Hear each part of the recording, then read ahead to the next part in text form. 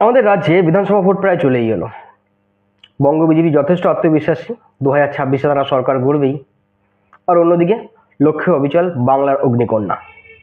আর এই সব কিছুর মাঝে সামনে এলো একটা রিপোর্ট, যাকে এক কথায় বলা যেতে পারে রাজ্যের পারফরমেন্স রিপোর্ট। গতকাল পার্লামেন্টে কেন্দ্রীয় অর্থমন্ত্রী নির্মলা সীতারামন প্রত্যেকটি রাজ্যের এনএসডিপি রিপোর্ট প্রকাশ করেন।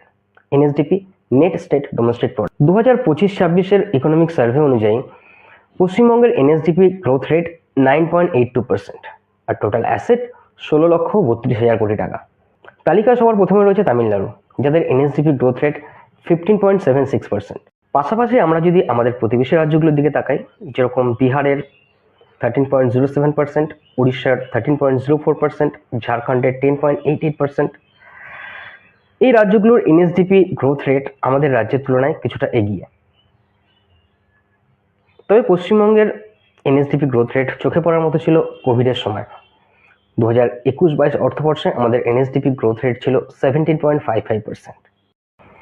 এবার আমরা যদি সেক্টর ওয়াইজ এনএসডিপি বা ডোমেস্টিক প্রোডাক্টের দিকে নজর দিই, তাহলে যেটা দেখা যাচ্ছে কৃষি, ফিশারি, মাইনিং এই জায়গা থেকে এসছে প্রায় 17.8%, ইন্ডাস্ট্রি থেকে এসছে প্রায় 26%, আর বাদ বাকি সার্ভিস সেক্টর থেকে এসছে 55%।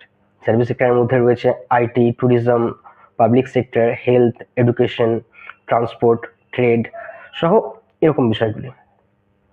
তবে পার্লামেন্টে কথা হয়েছে আনএমপ্লয়মেন্ট নিয়ে।